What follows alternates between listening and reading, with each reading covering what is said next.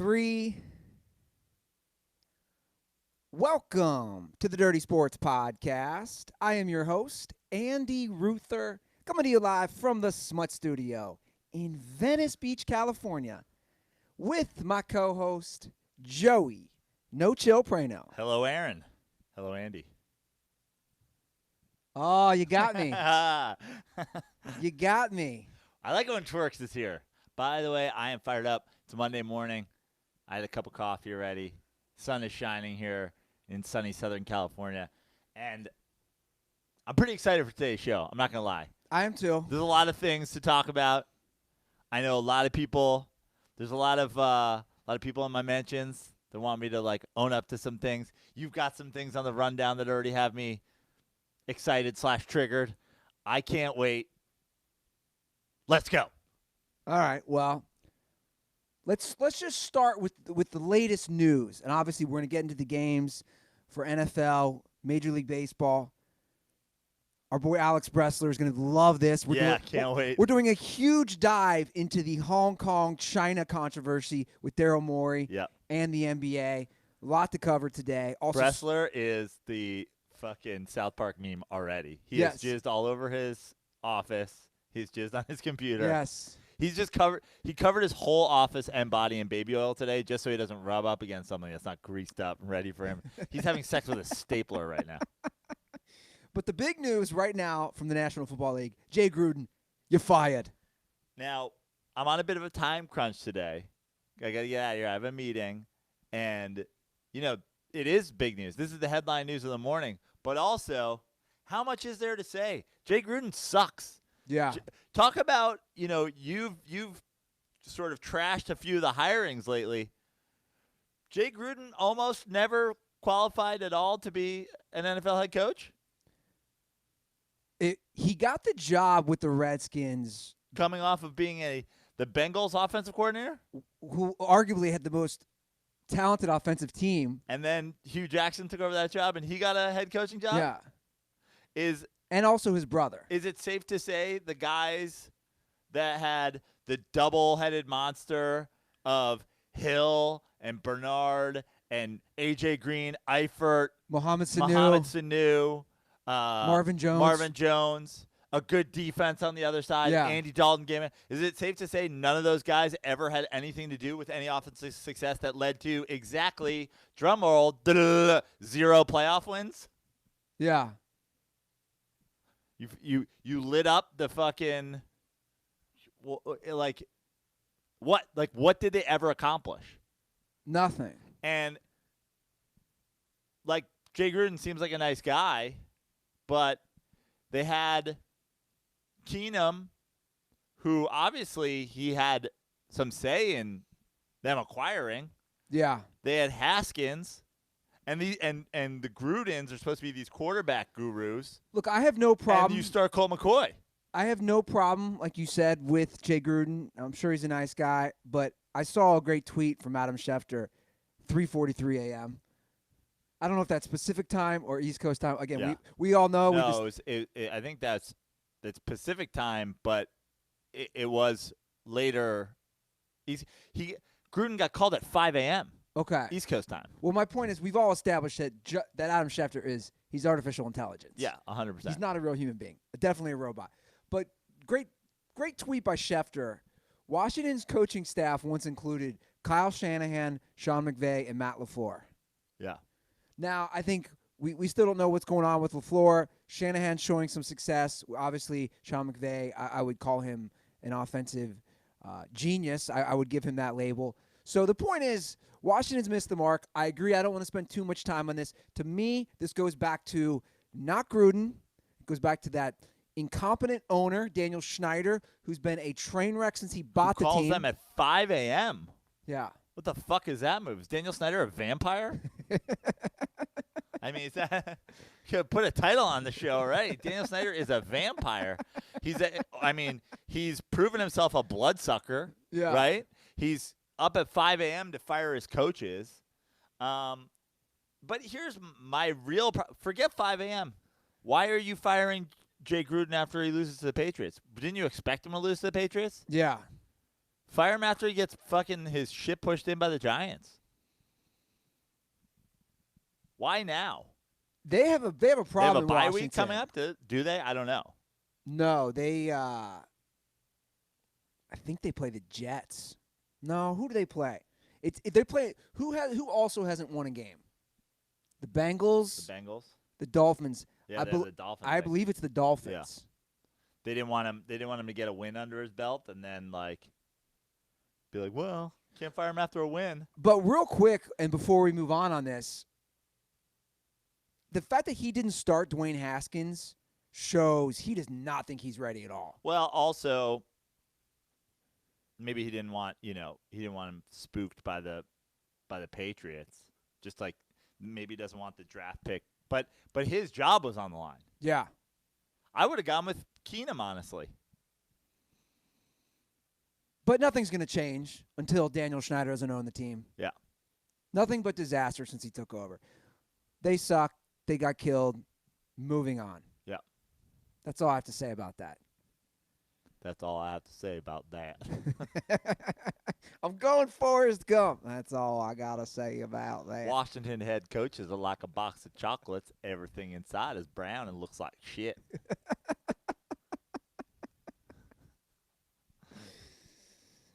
You know who looked like shit last night? They literally, the Washington coaching staff is a box of chocolates. Like they had a caramel in there and McVay. They had like a dark chocolate inside nougat one with LaFleur. Then they got that weird. They bit into Jay Gruden and he was that weird cherry syrup that makes you want to yak. It tastes like fucking cough syrup. Why does that still exist? I don't know. To fuck with you, that laugh is like a box of chocolates. Sometimes you bite in and it's Jay Gruden. And by the way, you know what that red stuff is? It's vampire blood that Daniel Snyder puts into the chocolate. Makes sense. Brano, you ready to wear that L chain on Jacoby Brissett? No, I mean, again, my or the Colts as a team. Well, so a lot of people yesterday wanted to come at me. Huge win for a team yesterday. It was a team win. Okay, what are you like? What did yesterday tell you about the Colts? Like, what do you think the L chain I'm supposed to? Are they now a contender based on them beating the Chiefs? I think this much about the Colts. I think both you and I, if you go back and look at the NFL preview episode, we undervalued their defense and their running game, which are both very good. Yeah. I mean, we knew that. I actually didn't undervalue that. That's why I said they were a Super Bowl contender with Andrew Luck because their running game and because their defense. And now I don't think that they're a Super Bowl contender with Jacoby Brissett. So now he didn't do. So now I'm. I was somehow proven wrong. Here's the question: are they a Super Bowl contender? Can they win a playoff game? Yes. Okay. So this is why I'm excited, because this is what happens every week in the NFL. Games happen. I'm not basing this off just yesterday. Okay, I know, but games happen, and then people overreact, and everybody wants to jump on and have the headline like, this is the defining win for the Indianapolis Colts. They're 3-2. They beat a good team. They are a playoff. They are somebody to be reckoned with in the playoffs. To which I ask you, if you believe that, you also believe that about the Raiders, don't you? They're 3-2. I think they beat the Colts. I think the Raiders. They beat the Colts on the road, didn't they, Aaron? So the Raiders winning a playoff game this year? Or we have to worry about the Raiders winning a playoff game? I think the Raiders could possibly make the playoffs. I'm not ruling that out. Okay. Because the AFC is very weak. We have some really bad teams in the AFC, and the AFC South is going to beat each other up. My point, to bring it back to the Colts, is this. Jacoby Brissett plays well within that system. Right? We agree? Sure. And I think they have a smart coach in Frank Reich where they're going to do what they did yesterday. Hey, we're going into KC, tough environment, best offensive team in the NFL. We're going to control the ball by running Marlon Mack. They rushed for over 180 yards on the road. Not easy to do. And we're going to limit what he has to do. and he's not going to make many mistakes. And to me, that is a good formula for success, especially when you have a good defense. But the problem with that formula for success is you have to win 4 playoff games, unless they're getting a bye, unless this Colts team is leapfrogging the Patriots or the Kansas City Chiefs and getting a bye.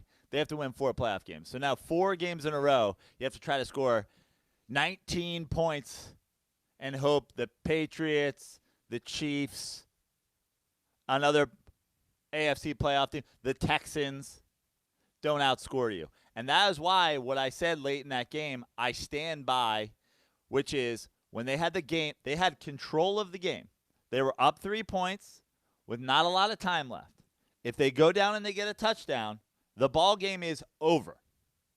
And they ran the ball 10 times to 1 pass from Jacoby Brissett.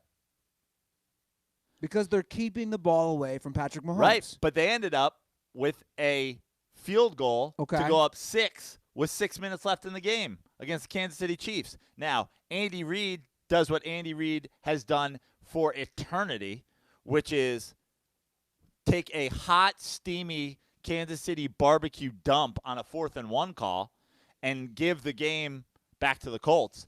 But that is not a strategy for success against a Kansas City offense. Let's be up 6 points with 6 minutes left. Did it work out? Yes. Does that mean it's the right call? No. By the way, I'm not saying. But I disagree. It did work out, so therefore it is the right call. Okay. That's like saying if you run a stoplight going 60 miles an hour at a 4-way intersection, you make it, it was the right call. Basically what happened is on 3rd down, the Chiefs have a play to Pretzel, their practice squad wide receiver, whatever the fuck his name was, who recklessly tries to get Yak and score a touchdown, ends up getting tackled a yard short, could have easily gotten the 1st down, ends up coming up a yard short, and then Andy Reid, in one of the most – I've seen Andy Reid do this as a Giants fan numerous times. I mean, the amount of times that Andy Reid had 1st and goal on the 1 against the New York Giants as a Philadelphia Eagles coach, I bet you it happened 4 times where he didn't get in. Horrific 4th and 1 call. I know, but Joe, I don't think you're giving the Colts enough credit here. I am giving them credit, but I'm also saying if you don't trust your quarterback enough to let him throw the ball 15% of the time on a drive to try to score a touchdown and ice the game, not give the Chiefs a chance, you don't trust your quarterback. No, I disagree. Okay. Again, the strategy is to keep the ball away from Patrick Mahomes. And you can do that running the ball 7 times and throwing it 3 times. But if you're going a 10-1 run to pass, if you think they're running the ball 10 times to 1 pass with Andrew Luck there, you're crazy. They're just not. And they're certainly not getting down into inside the 30 and going run for no gain, pass 3rd and 10. Like, they're just not doing that. Well, look, I'm not ready to crown the Colts My point is best what team. happened, I agree with you, their strategy was get more points, trust in our defense, but also they would have rather taken it to be 6 than even take the chance of Brissett throwing interception, which he did earlier in the game on a drive down inside the 30, and they turned the ball over. They didn't trust him to put the game away. They didn't. At this point, though, we're both going to be wrong in our preseason picks. I'm assuming now, barring something happening on the Colts, they're going to win 9 games. Mark my words right now. They're going to win 9 games. I think they'll win 9 games. Okay. Obviously, that's a division that's going to beat each other up. Yep. You have a lot of competitive teams in that division, a lot of teams that I'd say maybe are somewhat similar. I think Tennessee, as far as the quarterback situation and the defense, and maybe even Jacksonville to a degree. But huge win. It was the fewest amount of points Mahomes has ever scored since he took over. And here's an interesting fact, and I think a lot of people aren't talking about it. Mahomes is now 2-5 in primetime games. Is there anything to this? He's 2-5. I mean, this one, he's 2-4. But I don't know who he's played before that. I mean, are we talking playoffs as well? Playoffs included. Yeah. So a primetime game was against the Pats that they lost. Or no, I don't know if playoffs is included. Okay. Yeah, I don't know who he's played. Because he's won one playoff game. Right. And I know he beat the Broncos last year, like his coming out party. Remember that? Yeah. I believe it was the beginning of the year. The infamous that Sergio or whoever it was. Remember the ESPN Deportes reporter? Yes, right. Totally. I mean, to me, and I tweeted this last night, and I stand by it, and I know it's on our list of things to do, but Patrick Mahomes threw for 321 yards in that game. He lowers his average significantly, and because he throws one touchdown and only has he has multiple absurd plays, but like to me, Patrick Mahomes is the MVP, and it's not even close because Patrick Mahomes gives you an exceptional game, but because he doesn't do Superman things, they lose. Like their defense is just not that good. They got run all over, and he's doing it yesterday. He's throwing for 321 yards and a touchdown with literally practice squad guys, and a horrific 4th and 1 call late in the game. It's like Patrick Mahomes played great. But that wasn't his best game. You say great. Exactly. But that's what I'm saying. We're now doing the LeBron thing with Patrick Mahomes.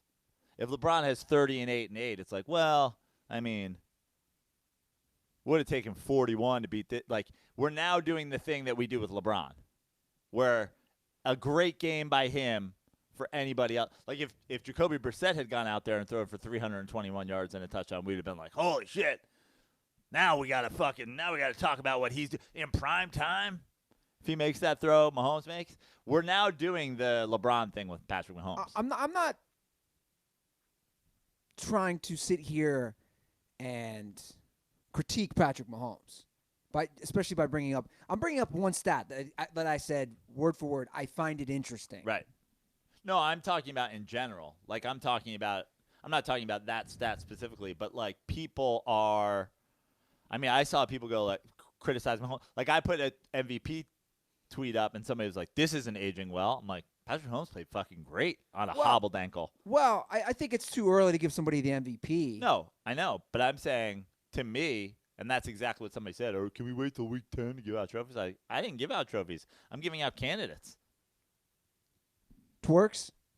I just looked up those 2 and 5 games that you're talking about. So it's he lost to the Pats, Rams, Chargers, Seahawks, Colts in primetime football. And once against in the Pats isn't counted, but that was playoffs. And the Rams game is the Monday night game. The Monday night crazy one. The Pats game was at home last year. Mm-hmm. I believe Seahawks was in Seattle.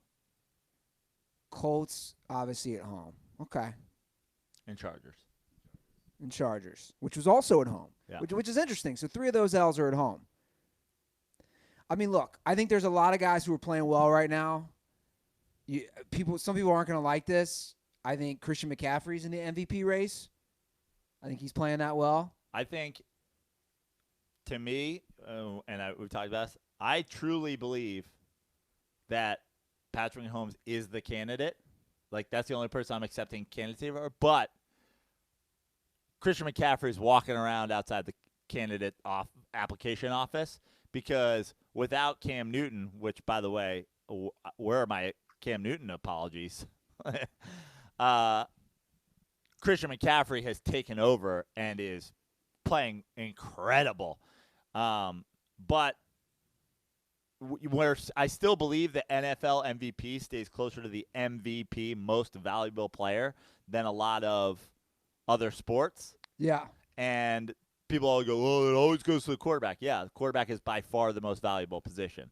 So if you're the best quarterback in the league, you are the most valuable player. Well, my thing with McCaffrey, Kyle Allen has filled in nicely. Obviously, they've gone 3-0. Yeah. They haven't lost a game since he took over in Carolina. But where is that team in those 3 games without Christian McCaffrey? 100%. And my boy, Russ is in the conversation. And this is what I'll do with Russell, what I just did with the Indianapolis Colts and the Oakland Raiders. If Russell's in the conversation, Deshaun Watson's in the conversation, correct? Yeah, he's in the conversation. Because those guys are basically playing very close to almost exactly the same so far through the season. Russ has 12 touchdowns to Watson's 11. Watson has 1 pick. Russell has 0. They're both not turning the ball over. Watson has 3 rushing touchdowns. Russell has 2, so total touchdowns are even. Their QBRs are the same. Their QB ratings are pretty close. Yards per game's almost identical. Their records are almost identical. You have 4-1, and I think the Texans are 3-2. Yeah, I'm not disagreeing. But my thing is, I don't think if you look at that, Patrick Mahomes also had no interceptions. Patrick Mahomes has 400 more yards than Russell. He's also thrown the ball a lot more. Right. But also, to me, in terms of value, what he brings to the team, last night was proof of it is unless Patrick Mahomes Supermans you, the Chiefs struggle to win games. Meanwhile, Russell's at least got a defense. Russell's at least got to grind it out. This whole notion, Russell's defense is giving up 24 points a game this year. Okay, but the Seahawks defense is significantly better than the Chiefs defense, correct? I don't know statistically. I think that the Seahawks defense has a lot of holes in it.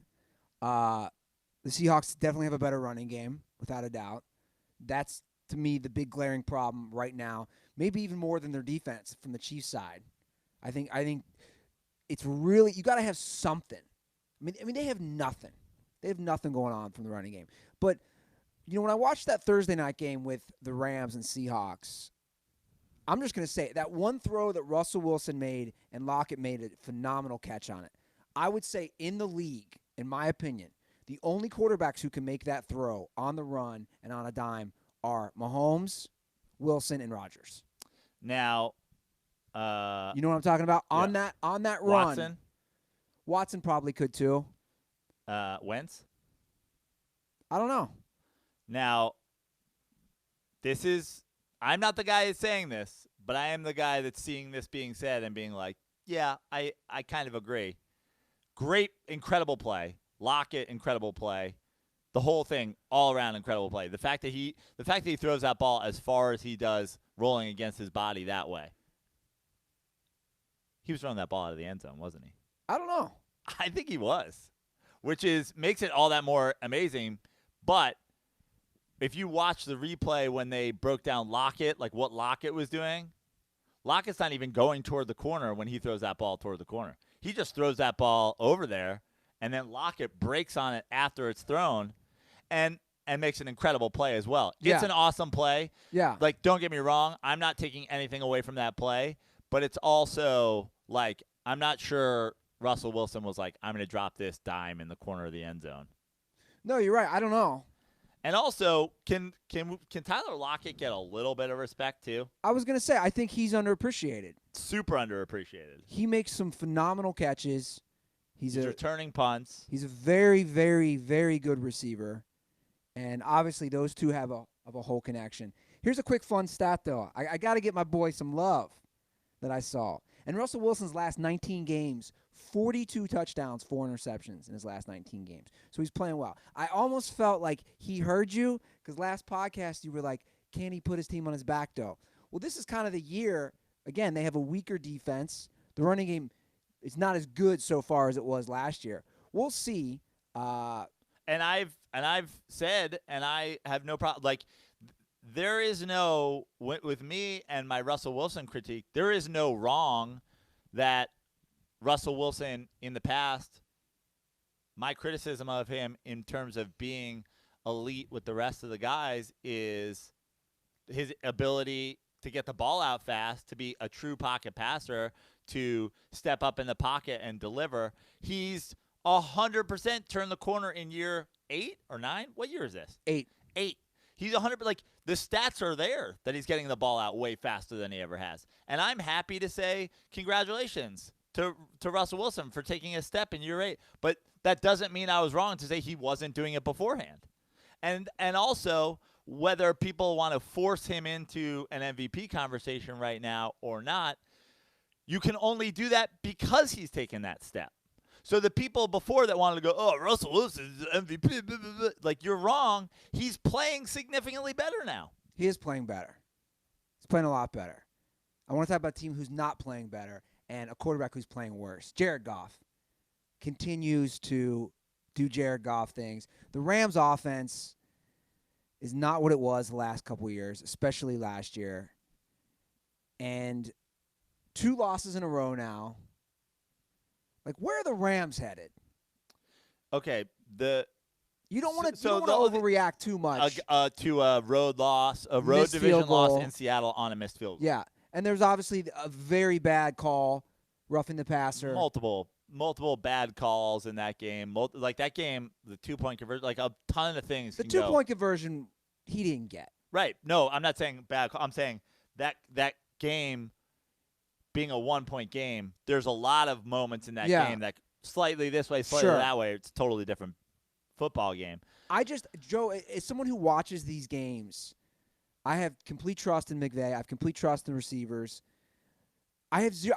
At this point, I don't know what's going on, man. I lose faith every week in Jared Goff. I can tell you what's going on. Every week I lose faith in him. And by the way, I've never claimed Jared Goff is the quarterback that Russell Wilson is. But also, when you look at what's happening with the Rams now, it is pretty obvious to me what's going on with their offense, which is they don't have a dominant run game with Todd Gurley being hampered. And so now it changes the whole thing.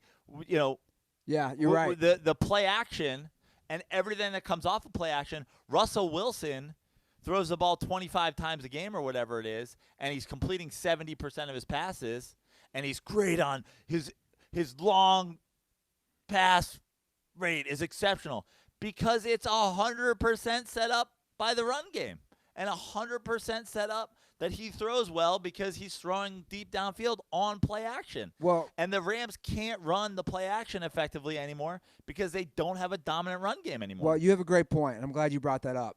Again, Goff threw 49 times against the Seahawks. 29 of 49, so it's not the highest completion percentage. 1 touchdown, 1 interception. You say, he threw 395 yards. You don't want your quarterback throwing the ball 50 times. Yeah. You don't. Doesn't matter who you are. You don't want him throwing the ball 50 times.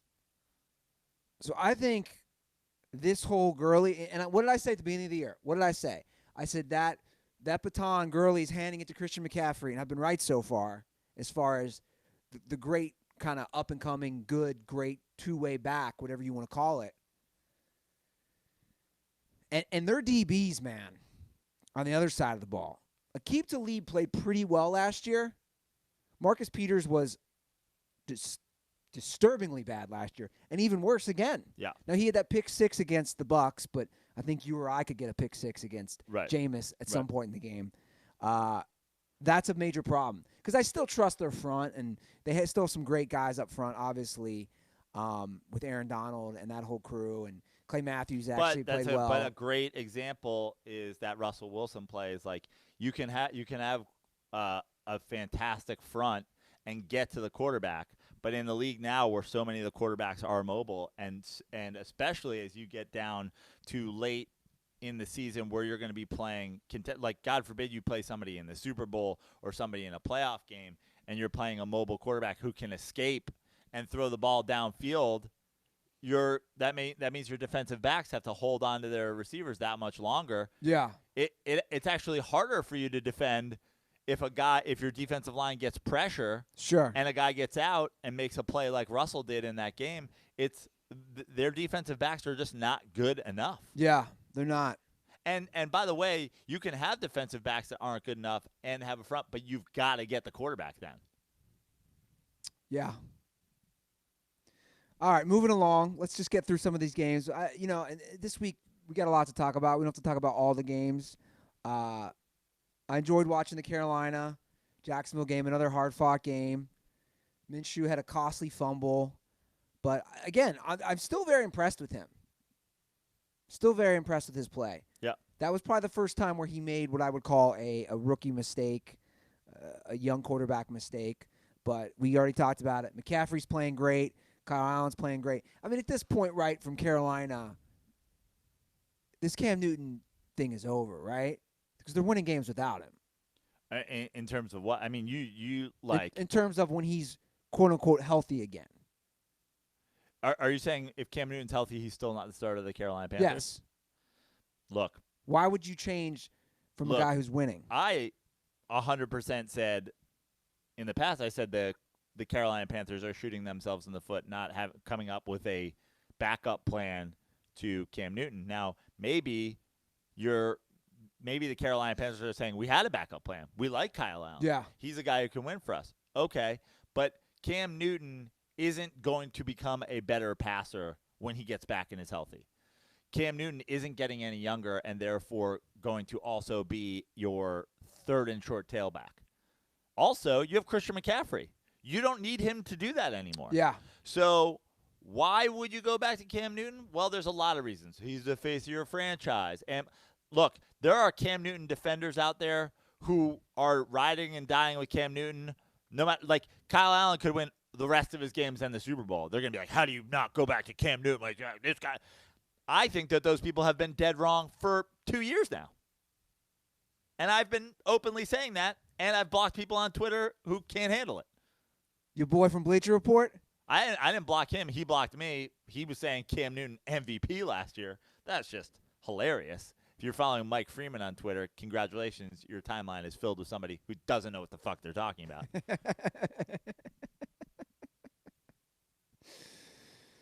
Yeah, no. How do you go back to Kyle Allen? Or Cam Newton? Yeah, how do you go back to Cam Newton? You can't. Football's an interesting game because we've seen this, right, Prano? We've seen it with the Eagles and Nick Foles. We saw it way back in the day with your Giants and Jeff Hostetler. Sometimes teams rally around the new guy, right? And it's an interesting dynamic where the new guy comes in. We've seen it a lot with Gardner Minshew and the Jags. But I'll tell you what. The problem with those two examples, and don't get me wrong, those are certainly backups that will rally around. But, like, Phil Simms was a great quarterback and a great passer, and the Giants bring in Hostetler, not quite the passer, a little bit more mobile. They ran the ball with him a little bit more, but they were playing fucking defense like nobody's business then. And what they did is they downgraded and they go, hey, just all you have to do is do this. Foles and Wentz, I know everybody was saying Wentz had, but like Foles came in and played great. They didn't basically change their game plan whatsoever. Yeah. With Foles. The difference here is what's closer to this is Brady and Drew Bledsoe, where you have one style of play that a quarterback wants to play, and you don't necessarily want to play it.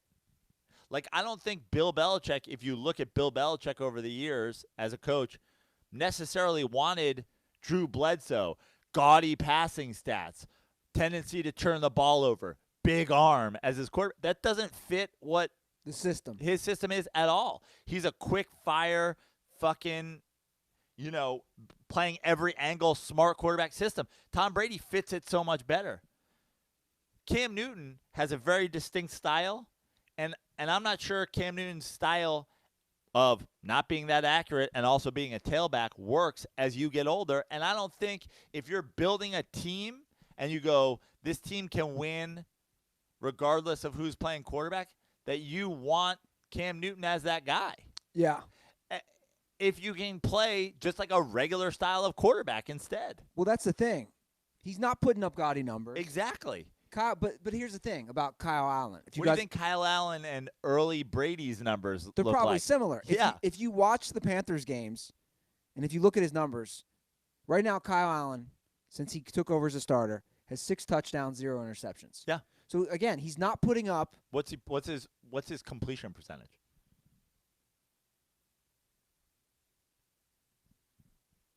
Aaron? His completion percentage is 66.7. He's completing 2/3 of his passes. Yeah. Do you think Cam Newton has a 66% completion percentage in any season of his career? I bet he came close last year. Because last year he finally had a good year. But I bet it's close. Yeah, see if Cam Newton threw 66% last year. I bet it's somewhat close. You can't make the change, though. You really can't. I think you go with the guy who's winning. Why disrupt something that's working? Twerk's got a smiles with wolves over there. So he's only had better than 66% completion percentage or whatever rating. Once in his career. That was actually 2018. Yeah, so it was last year. It was last year, yeah. Aside from that, that's what I was saying. The highest he had was 61. Yeah, so very low for a quarterback. So for a quarterback to come in off the bench in essentially his first starting job in the NFL and put up peak Cam Newton, highest in his life Cam Newton completion percentage. It's like that's when you have a good defense. Their defense isn't what it once was. It's good, though. But it's good, and they have playmakers on the defense.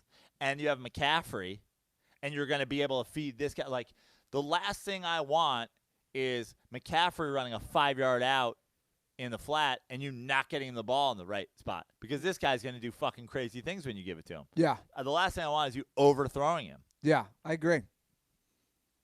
Stick with Kyle Allen. All right, let's keep it in the NFC South.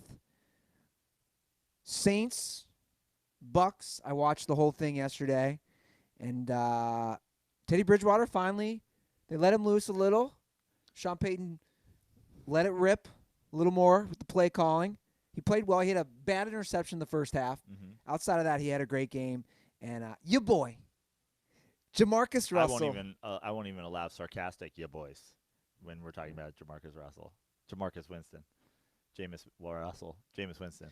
Before we get into that, I just want to give some love to all the dirtballs who have left hilarious iTunes reviews or Amazon book reviews. The Amazon book reviews of Jameis 1 of 1 have been phenomenal. I'm sending out koozies today. If you left a Amazon review on Jameis 1 of 1 and you don't, screenshot it and send it to me. My favorite one, by the way, I sent it to you yesterday. I'm going to read my favorite so far, and if we have better ones next week, I'll read my favorite next week. But this is my favorite. From Steven, 1 star, kindling. Please buy this book. It is a fantastic piece of fiction. Plus, it's still paper, so it can be burned for warmth. It's a great review. Steven, get your koozies. This Jameis 1 of 1 guy I am fascinated by. I then turned into a conversation on my own Twitter with him. And we've now invited him to appear on our show. We've invited him to appear on Dirty Sports. He just has to appear physically. He said he will not. Yeah. He turned that down.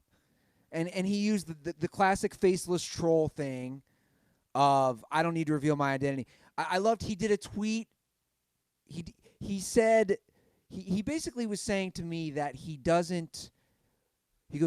I don't need to put my private life out there. I go, you literally do that every day by responding to anybody mentioning Jameis Winston. Every single person on the internet. He responds with Jameis Winston, his Jameis Winston book link. And I believe he's currently tweeting on us now because before the show started, he came at us. I watched the whole game. Yeah. This is what Jameis did. He had a good drive in the opening quarter, and he had a garbage, what I call a garbage touchdown drive when they're down 2 touchdowns at the end of the game. And in the middle of the third quarter, at one point, he was like 5 for 9 with like 80 yards in the middle of the third quarter. He didn't have a good game. And I watched the whole game from start to finish. And in the first half, he was 15 of 27 for 200 yards. In the first half, he threw a horrific pick and was saved by his own inability to get the playoff on time. Yeah. So if you watch the game, he had 2 awful interceptions in the first half, both called back. And like Joe said, he threw a terrible pick. He was bailed out by his own delay of game. Another fumble. So again, stats can be misleading, but he only threw for 200 yards. He got out of 2 interceptions, another fumble. And how many times was he sacked? 6 times. 6? That's a lot. Including one where he took Cam Hayward's face and was shoving it in the turf. Cam Jordan, sorry. Yeah. Where old sore loser Jameis Winston, old framed for all. He wasn't even arrested for the crab legs. He wasn't even arrested for the rape. He wasn't even arrested for the Uber driver assault. He wasn't even arrested for slamming Cam Jordan's face after he was sacked. What's funny about Jameis 1 of 1 on Twitter is that he's Jameis Winston's uncle? He keeps tweeting like right now, and he's bringing Jared Goff into the situation. Bro, you don't listen to the show. We don't like Jared Goff. We're not supporters of Jared Goff. He'll be like, Dan Fouts was a Hall of Famer. I'm like, if you're trying to justify Jameis Winston's existence by saying he compares to Dan Fouts statistically, we are no longer in the era where it is acceptable to throw as many interceptions in your career as it is touchdowns. We just talked about, in my opinion, the true MVP candidate, and in my opinion, a couple of the pretender, but fine, we'll have the conversation, MVP candidates. Watson, Russell, Mahomes, Rodgers. McCaffrey. No, I'm talking about quarterbacks. Oh, sorry. How many interceptions are these guys throwing to touchdowns? Right now, Mahomes and Russell Wilson have an infinite TD to interception ratio. Watson's going 11-1.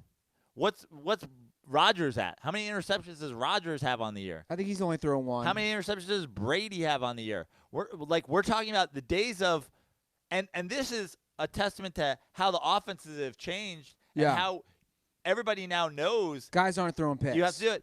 You have to have like a 7-1 and an 8-1 touchdown interception ratio in these days. Now, you look at the Peyton Mannings and the Breezes and the whatever, those guys, and the Eli Mannings and the Roethlisbergers and the Rivers, all those guys weren't doing that. But that is where the game has gone today, and this is when Jameis is playing. You can't have Jameis's fucking 10-6 TD to interception ratio and be the future of a franchise. You could be a guy you could be a Breeze or a Roethlisberger, and you're rounding out the rest of your career like that. Well, you know who's a prime example of that?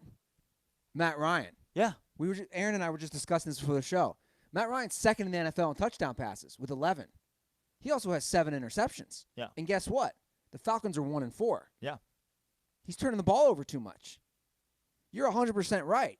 This isn't the old days where Brett Favre would throw 30 touchdown passes and have 17 interceptions. Dan Fouts is leading the league in passing yards, has 6 more touchdowns in his career than he has interceptions, and never won a goddamn thing.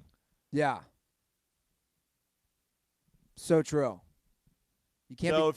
So by the way, Jameis 1 of 1. If you're saying Jameis Winston is Dan Fouts, Jameis Winston is Carson Palmer, great, awesome, we agree. Also, I don't want either of those guys quarterbacking any team I'm coaching in 2019. Yeah.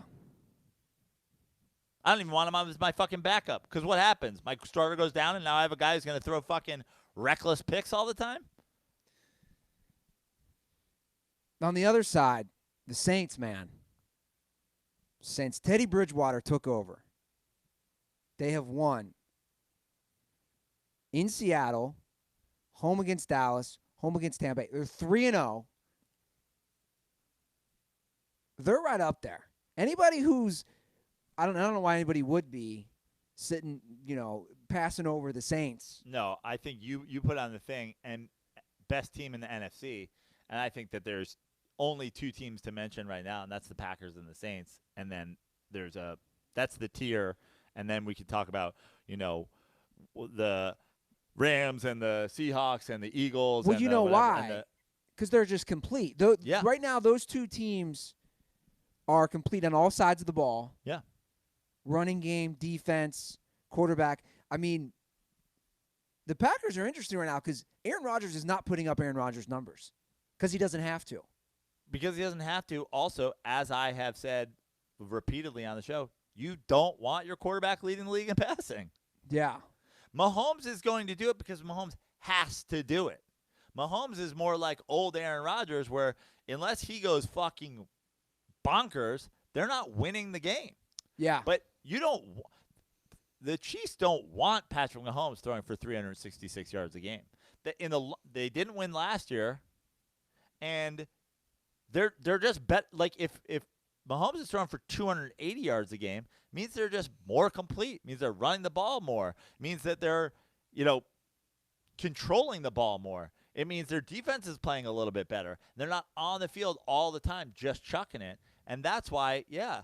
But the thing about Aaron Rodgers, not putting up those crazy numbers, but still has the ability to make plays that only maybe him and Mahomes make.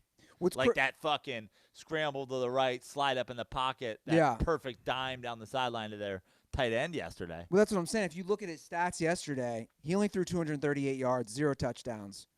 Yeah, I'm agreeing with your point. Yeah, they were up 31-3, right? Yeah. At a certain point in that game against the Cowboys. Also, the Packers with LaFleur they're sort of a reverse Carroll and Wilson, where they'll let Aaron Rodgers take you all the way down the field, and then they get inside the 10 and they're running. I mean, that Aaron Jones, is it? Hit 4 rushing touchdowns. Yeah. As opposed to the other way around. Pete Carroll loves to use the run, set up the play action, and then they're inside the 15, and Russell gets the touchdown pass. Yeah. And leads, has the best rushing team in football last year, also somehow leads the league in passing touchdowns. It's like, yeah, this is all run, set up, play action. Whereas the reverse is what's happening. Aaron Rodgers is just team on his back down the field, and then they're feeding Aaron Jones 4 touchdowns yesterday. Packers, to me, and the Saints, they're complete with. I mean, obviously Breeze is out, but this isn't a Kyle Allen situation. Breeze comes back. Teddy Bridgewater has done a fantastic job holding down the fort, but with their running games, with their quarterbacks, with their defenses, I mean, the Saints even have Michael Thomas. Obviously, Adams was out for the Packers yesterday. And he struggled yesterday, but God, what is his name? That rookie punt returner. Dude is dynamic. Do you know what I'm talking about? On the Saints? Yeah. Yeah. What is it? Deontay Harris? Yeah, he's electric. Yeah. And the Cowboys are hurting, man. They were my pick to make it to the Super Bowl. Dak, 3 more picks. 44 times he threw the ball. Again, way too many times. And again, this might be good. I tweeted this out. If you're a Cowboys fan, maybe Dak shitting the bed is good because you don't want to pay him the big contract. Right. I think we're there. Somebody's going to have to be the first one to do it. Is it going to be Trubisky and the Bears? Is it going to be Dak and the Cowboys? Somebody has to say, we can't just give out $100 million just because you're our starter. Yeah. Because then where does it end? Does Kyle Allen get $100 million? Does Daniel Jones get $100 million? Does, do the Jags either have to trade Foles or Minshew or have $200 million quarterbacks on their, two $20 million a year quarterbacks on their roster?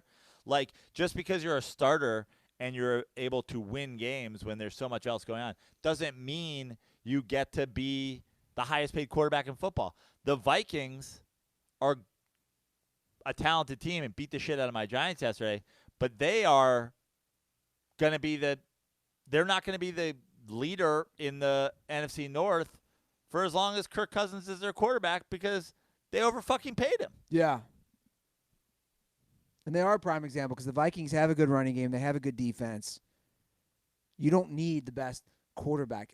You don't need a quarterback that's valued at that price. Certainly not the one that plays to the level of Kirk Cousins, which he doesn't beat good teams. Yeah. So the Cowboys are certainly have to make. I mean, I think yesterday against the Packers, a great example. You gave the Zeke 70 yards or something like that, and then Dak. What did Zeke go for yesterday? 62 yards. And surprise, surprise, Dak threw 3 picks, and they lost at home. Yeah, I believe the stat entering yesterday, Dak was 30-6 when Zeke gets 75 or more rushing yards, and I think he was 1-6 when he rushes for less than 75 yards. And I poked Tug a little bit during the day. Uh-oh. Because, you were on the text. I poked Tug a little bit. Oh, yeah. Everybody, and Tug's been on this campaign, it's I don't know about LaFleur and Rodgers. I don't know. Are they on the same page? I'm still not sure it's working. And then everybody was on the Kellen Moore, boy genius. This guy's the offensive guru. They look great against the Giants in week 1 and the Dolphins in week 2 and the fucking Redskins in week 3 or whatever the 3 games they won were. So the three teams, yeah. That they've played, where's boy genius Kellen Moore? Has he been off for a couple weeks getting his braces put on? Well, that's the thing. The Cowboys didn't play anybody. Those 3 teams have a combined 2 wins. In the last 2 weeks, they've played against Super Bowl contenders, and they've basically had their shit pushed in. We got to discuss some of these officiating calls, though. there are so many fucking flags. It's really making it hard to watch football. It really is. And then I texted you during the day, and I said these pass interference. I don't even wait for the offseason. End challenging pass interference right now. It's the single worst rule that's been instituted in sports in I don't know how long. So thanks, Saints fans, and thanks to everybody in the city of New Orleans, because I hate to say it as much as I love the city of New Orleans. You caused this bullshit pass interference call. But this is the NFL, which the NFL loves to do, just trying to fucking do it and fucking it up. If you're going to institute this rule, then call pass interference when pass interference is like they look at it. I don't know how many times this year I've seen them. Somebody reviews it, and I'm like, yeah, by the letter of the law, it's pass interference. And then they don't call it, and it's like you don't like. How do you determine if you're a referee when to and when to not rule by the letter of the law? Like, it shouldn't be left up to the referee to go like, yeah, that was pass interference, but it wasn't enough pass interference. Well, the problem, or yeah, that was pass interference, but you can't really call that right now. The problem is we're dealing with egos at this point. And yeah, you said call it right now. That was a prime example in the Jags-Panthers game. Yeah. Towards the end of the game, basically the end of the game, when Minshew was throwing Hail Marys on the they had like 3 Hail Marys. But this happens twice in every football game now. They say, well, they're not going to make that call at the end of the game. It's like saying we're not going to make the call during a basketball game in the last second if it was a foul. Right. If it's pass interference, it's pass interference. But also, yeah, and that's the thing, is like when you're looking at whether or not a ball crossed the goal line or crossed the first down, it's a yes or no. When you're looking at was a guy offsides, it's yes or no. Pass interference, illegal contact down the field, grabbing somebody, impeding them, face guarding them, it's yes or no. Yeah. This isn't a question.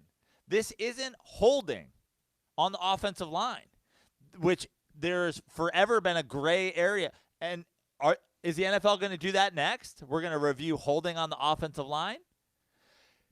You're now taking something, you're reviewing it.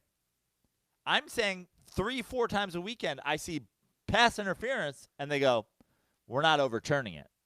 And you're going, but you instituted this rule. You made it possible to review pass interference, but now you're not calling it. So you're essentially what you're doing is you've made this booby trap to steal challenge flags and timeouts from NFL coaches. Because you're like, we're never going to reverse it, but you saw it and you know you're right, so you're going to throw your challenge flag, and we're just going to take your timeout. It's the worst rule institution I've ever seen in recent memory. I think the only solution is coaches fighting refs on the field. Which almost happened yesterday. Jason Garrett was that's what I'm saying. I think the only solution, I'm not even joking. Jason Garrett hasn't been in a fist fight since his eating club at Princeton, or else he would have thrown down. Somebody came into one of their mixers. Have you ever seen Jason Garrett? Never has shown emotion in his entire life until yesterday. Yeah. I mean, he went full dad mode the way he threw that challenge flag at that ref's foot. And the ref thought he was going to outshow him by showing how high he could throw the flag. What I think, instead of fights, what I think, those flags have like a weight in them so that it can be tossed, right? Yeah. It's not just like it doesn't just float. It's got like a tossable weight in it. What I think is that they should have Old West style duels where they stand about 5 feet apart, face each other, and the coach has the red flag and the ref has the yellow flag, and if they have a disagreement, they're allowed to just wing it at each other's face. No defense. You just have to stand there and take it. Ah. So now Jason Garrett, former quarterback, he's going to hit a guy between the eyes. Yeah. Is that ref going to be able to fucking chuck it back at him? Probably not. Let's find out. Dueling flags. Love it. Some of these calls, which we just kind of talked about, the one in the Rams game, the roughing the passer on Clay Matthews, was an atrocious call, which helped the Seahawks drive down the field, take the lead, which ultimately won the game. And the roughing the pass, I've never seen this. This is the first time I've ever seen this. And if you missed it, I posted it on both our Twitter and our Instagram at The Dirty Sports. There was a roughing the passer call against the Packers on Dak Prescott when he wasn't even tackled. I've never seen this. Yeah. Whoa, he wasn't tackled. Wasn't hit in the face. He was slapped on the side of the helmet. It was basically this. Yeah. That was it. That was literally the roughing the passer call. He was touched on the side of the helmet from a defender trying to get to him, which again extended that drive for the Cowboys. Yeah. It was an atrociously awful call. I'm sick of seeing this. You're sick of it. The whole country, the whole world who watches professional football is sick of this shit. Meanwhile, there wasn't a flag on the Rudolph decapitation, correct? Yeah. Mason Rudolph. Is that his name? Yeah. Turned into the Great Gazoo, as I put on her. Which triggered all those Steelers fans. Yeah. Guys, if you want to see the biggest bunch of bitches ever, go on our Instagram, see the responses to Prano's 1965 Flintstones character reference. I looked it up. I had to. Did you not know the Great Gazoo? I knew the Great Gazoo, but I wanted to know when that aired on the Flintstones. The Steelers fans, and it's all children, are all, it's not the time to joke. It's not the time to joke. Which somebody put like, oh, if it happened to Brady, I bet you Steelers fans wouldn't be upset. I was like, yeah, also if it happened to a woman in a hotel room with Ben Roethlisberger, they also wouldn't be upset. There was a flag on that, by the way, I think. Yeah. There was a flag on it was Earl Thomas who hit Mason Rudolph. And I was watching, because I had 4 games on my TV, and that was one of them. So I was watching it in real time. I said out loud, Mason Rudolph just died. Yeah. You see him go unconscious. Yeah, you see life leave him. You see, like, the old school, like, ghost go up out of his body. And you go with a deep dive on Twitter with a Great Gazoo reference. I saw him, and I was like, kind of looks like Speed Racer, but that's not that funny. I was like, oh, he definitely looks like the Great Gazoo. Prano hits it with a 60s Flintstones character reference, which on Twitter, I didn't see one negative comment. I know. It's funny. It's interesting because they say Twitter is a little older. Yeah. More the triggered millennials over there on Instagram. Oh, my God. You should have seen them. Some cheddar dick just kept trying to argue. It's like, this isn't right. I love when people say, look at all the negative comments. And my response to one dude was, okay, cool. Let's say there's 30 negative comments. It's 1,500 likes. Yeah. I'm not a math major, but I'd say the likes outweigh also, the comments. Like, Mason Rudolph isn't dead, and he looked like the Great Gazoo. Yeah. Like, I wasn't saying, like, by the way, that Flintstone episode doesn't end with Great Gazoo's brain exploding and him dying in a hospital bed.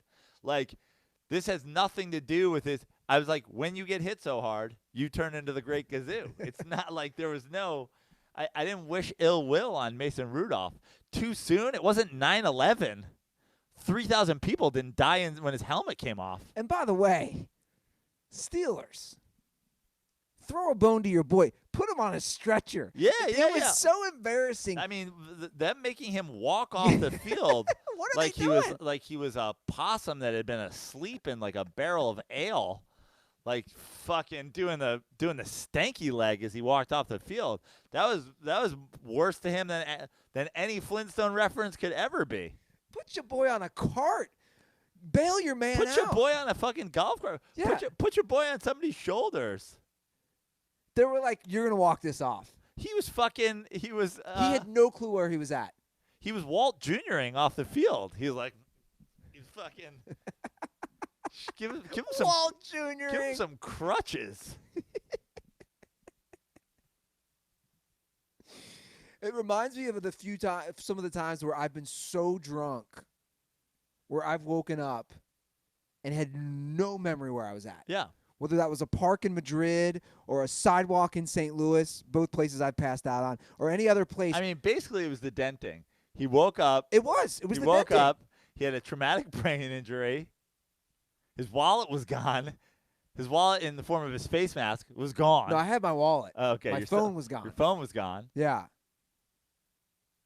That's literally what it was. I'm stumbling around. He's like, where's my face mask? Yeah. Did somebody steal it? I'm stumbling around the streets of Los Angeles. Yeah. Having no memory of where I'm at, wondering why there's blood on my sweatshirt.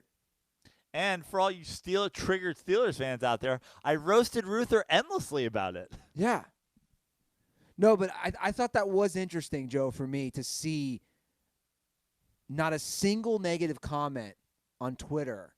And Instagram was like, too soon. You can't make that joke. Too soon. He didn't die. My favorite one was the response there. He could be paralyzed. Like, they let him walk off the field. He's not paralyzed. Did you see my response? No. I responded under that on Dirty Sports. I said, you don't understand the definition of paralyzed. You should probably Google that. Because he's stanky-legged off the field. Saying he's paralyzed is offensive to Ryan Shazier. Yeah. Who also was there walking. Yeah. Who's not paralyzed. Mason Rudolph was walking off the field. Now, he was doing Dave Chappelle doing P. Diddy off the field. but he still did it. Why did they not give him a cart? The most offensive thing of this whole situation, the Steelers didn't even give the guy assistance. They put Shazier on a cart and they drove him to the hospital. And it's still in the hospital parking lot. They never brought it back. It's got 600 parking tickets on it outside Pittsburgh General. Somebody go get that cart back. Too soon. No, you guys are doubling down. Cancel. Double canceled. You just canceled. Your canceling got canceled. Oh, it's unbelievable. I was enjoying it, though. I was enjoying the back and forth. Yeah, I felt bad for you because I was like, oh, I'm staying out of this one. And also, you were doing it on Football Sunday. You're in there on Football Sunday just like well, you know why? Fighting with people. You know why? Because at that point, the Cowboys game was a massive blowout. And I knew the Chargers were going to lose. The Chargers were boring me. The Chargers are, speaking of canceled, yeah, I'm ready to cancel them, even just at 2-3. Now, did you see the tweet I sent at Merriman yesterday? Oh, you tweeted at Merriman? Yeah. I tweeted, should the Chargers trade for Eli Manning and get that Super Bowl they deserved for drafting him? And he quote tweeted and he said, you are a talented comedian. And I replied with, it's true. So we had a nice back and forth. He's got a good sense of humor. Yeah, he's got a good sense of humor. But because I'm all about fairness, do we start, does Phillip Rivers now get the Eli Manning end of career treatment? Why isn't the story today, is he washed? Is he a Hall of Famer? Do the Chargers have to bench him? I mean, he was awful. He was awful yesterday. 32 of 48 for 211 yards and 2 touchdowns. He was averaging 2 touchdowns? I'm sorry, 2 interceptions. Yeah, 0 touchdowns, correct? Yes. He averaged 4.4 yards. Yeah. So, look, I am of the opinion that all of these guys should be treated with the respect of their Hall of Fame careers. But since we did my boy so wrong, can the national media start calling for the benching of Phillip Rivers? Is his backup? No, Seahawks backup is Geno Smith. I was like, how fitting would that be if Geno Smith gets to come in and relieve him? Where's Ben McAdoo when you need him? Joe, I find myself Tyrod Taylor, basically the same. Yeah, he's got Tyrod Taylor. I find myself depressed watching them. I don't know how many times we're going to say it. When you put on a Chargers game and the whole stadium is the other color of the opposing team, it's just depressing. The whole stadium was orange. It was all Broncos fans. And I tweeted this yesterday, and I think people aren't really talking about it. They play in a 30,000-seat stadium. Yesterday, the stadium's 2/3 Broncos fans. So let's say there's 20,000 Broncos fans there. What's going to happen in the new stadium for the Chargers when suddenly it's double the capacity and it's 60,000? Is every single game going to have 30 to 40,000 opposing teams, fans? Well, the thing is, I think, there's some teams out here that have decent fan bases. Like, obviously, New York teams, Philly, the Pats, Broncos have a pretty good, the Raiders will have a good one when they play. Yeah. But, the better question is, are those games even going to sell out? Because where are these Chargers fans? I saw one last night. I couldn't believe it. I had a comedy show all the way on the east side in Eagle Rock. And there was a table full of people wearing Chargers gear. And I heard the one guy say to one of the comedians, he said, rough game for us today. And I almost went full Mason Rudolph.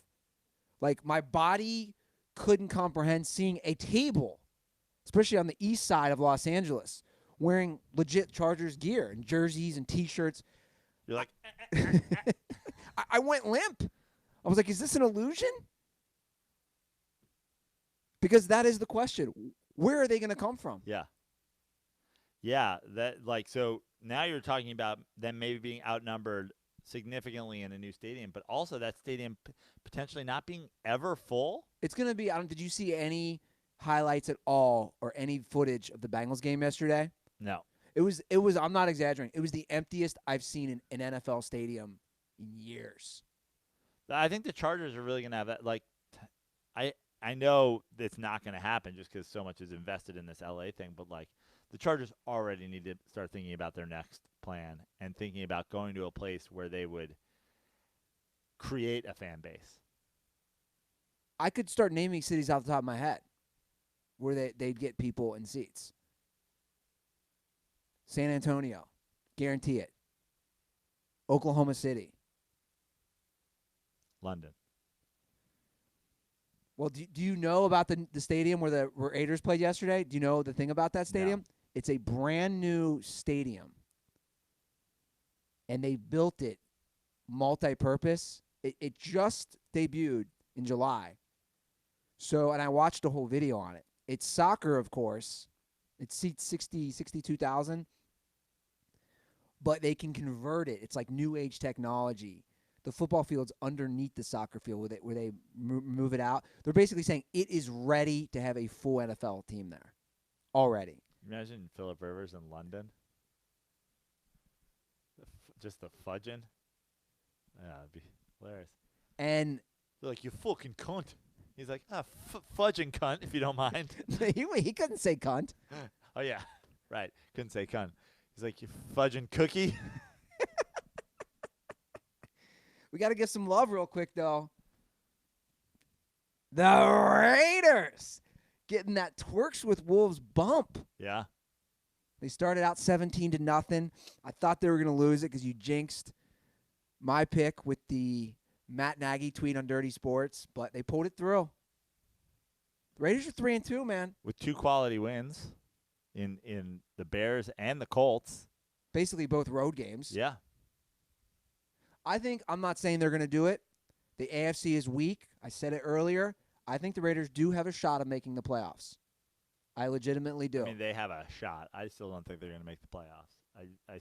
I mean, it's tough because it falls off pretty quickly after the top half of the playoff team. So, who those wild card teams are going to be. But if the Chargers are going to be terrible and the Broncos are pretty bad, it could come from the AFC West. Yeah. It also, obviously only one team from the AFC East is making it. Sure. Right? You could get 2 teams from the AFC South potentially in a Colts and a Texans all those teams I guess are in the mix still. What if we did a road trip to Oakland? It's their last season there. I'm looking right now. The remaining Oakland home games are Lions. Well, give me the dates. November 3rd. Okay. Chargers, November 7th. Although why do I have a feeling that game's going to be in Mexico? I haven't even looked it up. I'm just assuming. Yeah, it is a Thursday night game. Bengals, the 17th. Titans, December 8th. Jags, December 15th. What if we looked on SeatGeek, gotten the old Corolla hatchback? A December 15th Minshew Mania Oakland game. Gotten the hatchback. Made our way up to Yofu, Oakland Coliseum for the final Raiders game.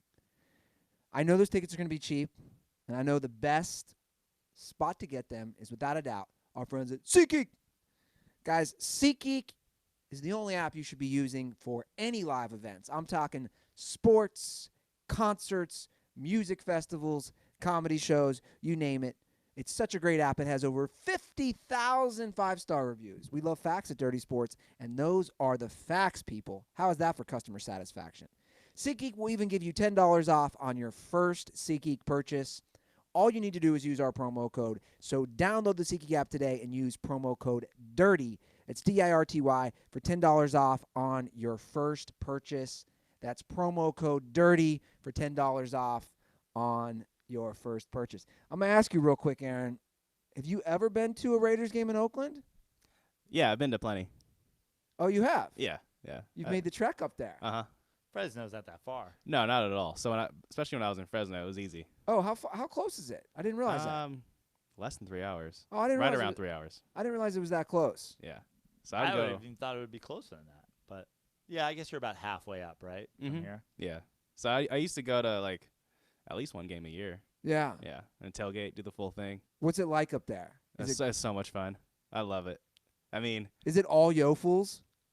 For the most part, yeah. And it's, everyone's just there to have a bunch of degenerates. I don't know. It's fun. Everyone, if you're wearing something remotely close to black or silver, then you're in good company. You're not getting yelled at the whole game. I felt bad. The last game I went to was a Bills game, and there was a little kid in front of me with a Tyrod Taylor shirt and just yofels flipping him off, and yelling you just in the background. felt bad with him because you were like, that jersey's literally worthless. Yeah. He'll be 3 teams in the next 3 years. He'll be on 3 different teams, unless you're who, and you thought he'd still be starting for the Browns.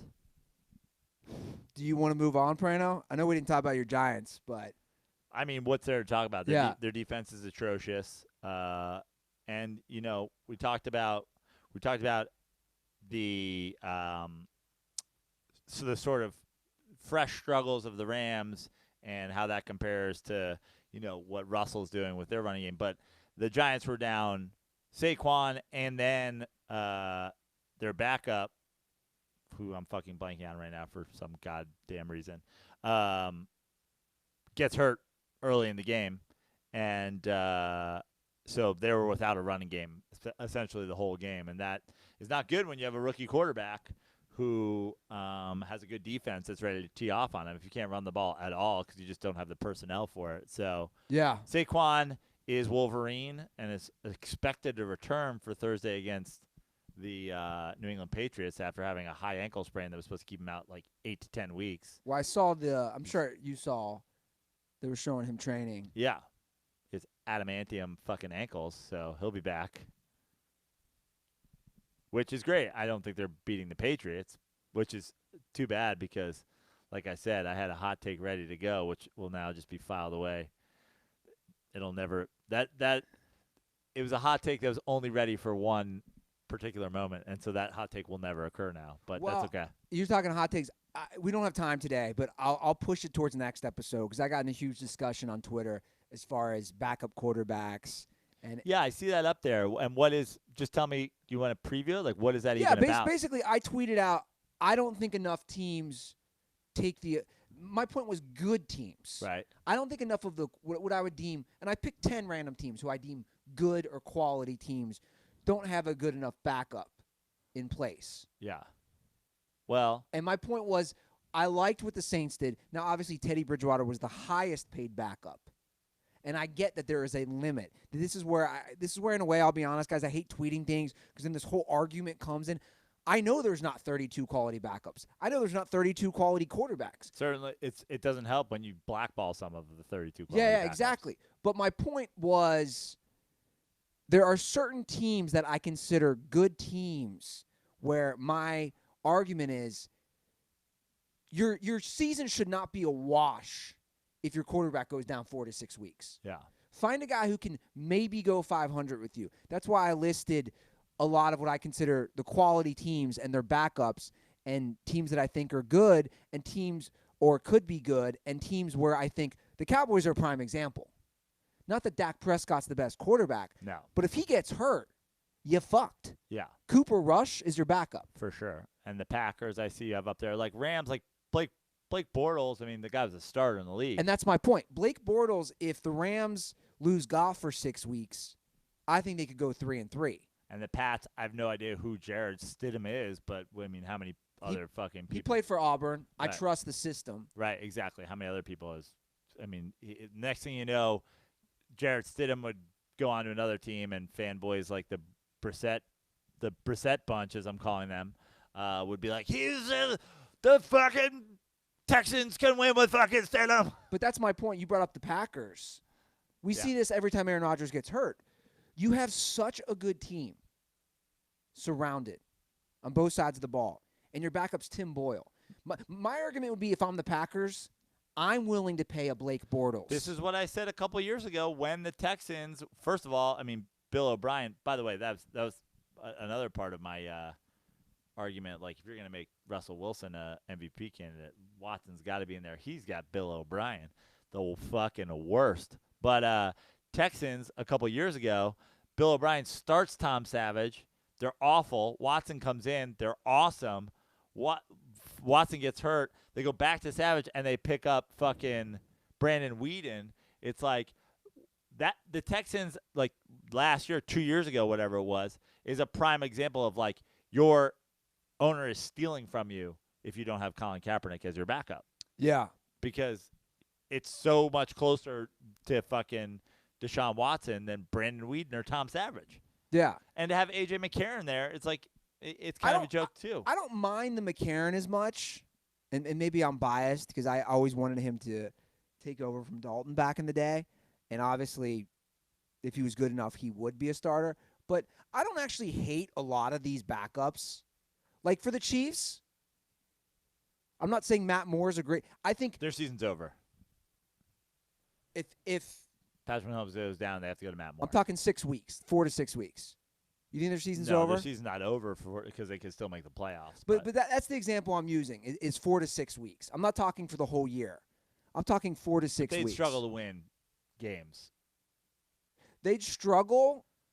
They struggle to win games when Patrick Mahomes throws for 321 yards and is like slightly hobbled on an ankle. I can tell you one thing: you could cut off Patrick Mahomes' right leg and he's going to be better than Matt Moore. And I'm not joking. If he had to do like the one-legged hop back. See, maybe I'm being biased here. I thought Matt Moore played all right. Because at one point, wasn't he starting over the Dolphins? Over Cutler? Yeah. Yeah. Or maybe it wasn't Cutler. No, maybe it wasn't Cutler. It was I'm saying the Chiefs would struggle to win games because, again, they struggle to win games unless Mahomes does Superman, which is why Patrick Mahomes, to me, is the MVP of the league.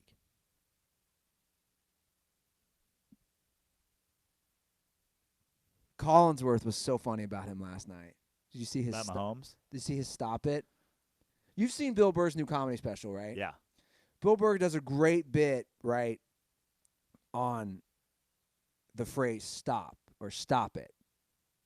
How there's different meanings, right? Yeah. How, like, there's stop it as in don't fucking touch me, and there's stop it. Yeah. Like we're being naughty. He used that phrase 4 times. When Mahomes made that pass, he kept going, stop it. And it was really sexual, and I was like, dude. That touchdown pass that Mahomes, that's a play that truly he makes. Agreed.